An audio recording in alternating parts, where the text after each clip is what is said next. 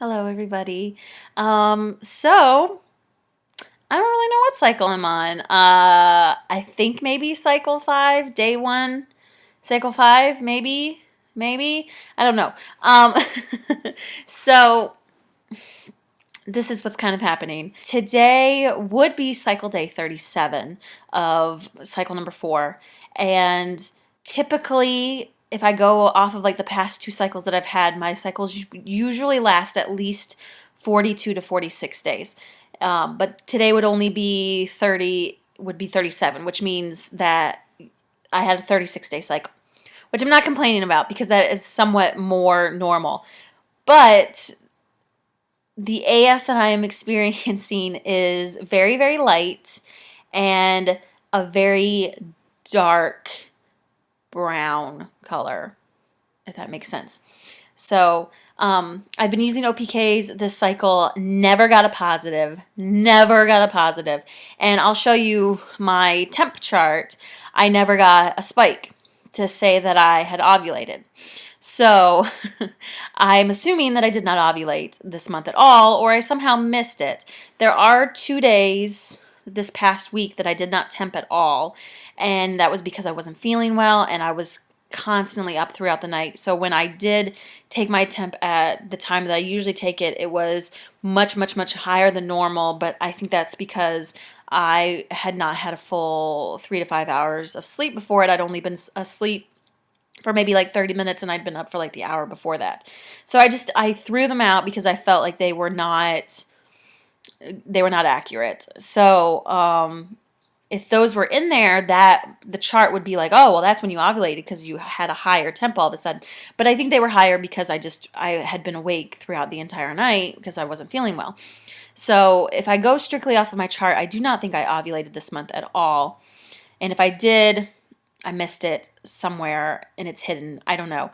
And and I never got a positive OPK, which the OPK process was very frustrating. This is the first month I used OPKs, and I think the last month I'm ever going to use OPKs because I never saw anything that was remotely a positive. And when I was talking to people, they were like, oh, well, you need to temp 2 to 3 times a day. You need to withhold your water, hold your urine.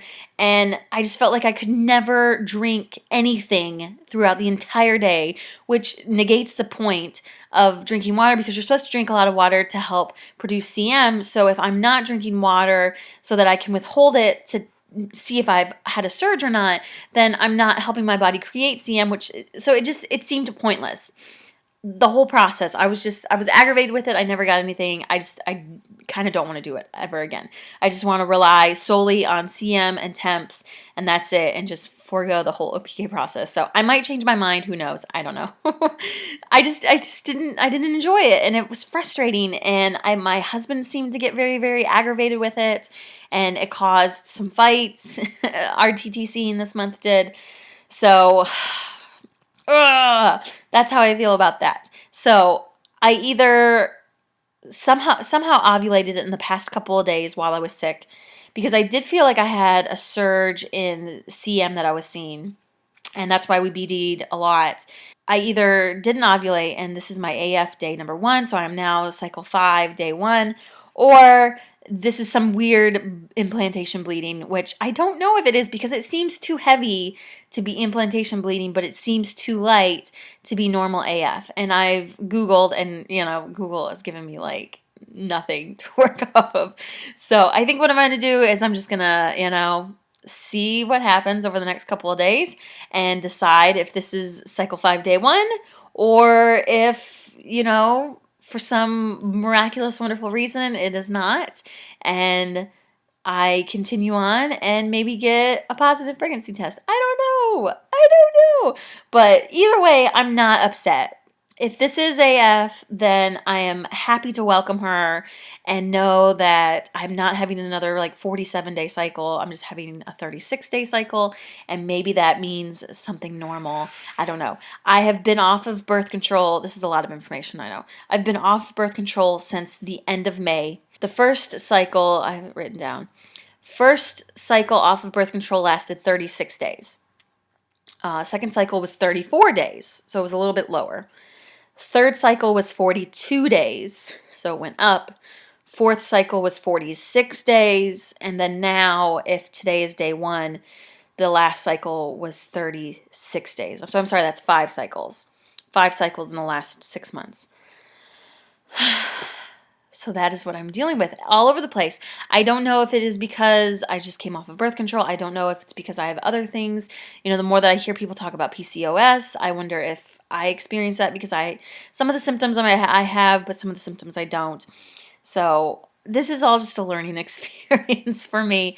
And, it's been frustrating, especially this month. But I feel like I've come out on the other end. There was several days this month that I was just really, really depressed about the whole situation. My husband was very depressed about the whole situation. And now I think today, at least, I'm a little bit more at peace about it. So I'll let you guys know in the next couple of days whether this was AF and she gets heavier and it turns into like a period that I am used to, or if it goes away and I don't know. I don't know. We could have a new change of insurance coming up, possibly. I don't know. My husband's job is at a point where he is being offered insurance because usually he's been getting his insurance through my work. So his job is offering him insurance and the possibility of maybe me moving over to his insurance. And if it's better, I might be able to have more flexibility to meet with an RE or just a gynecologist in general to talk about more of those, because my insurance plan is to where I can go see them, but I'll have to pay everything out of pocket, and it's expensive. So that's where I am right now. That's a lot of information to pack into 7 minutes.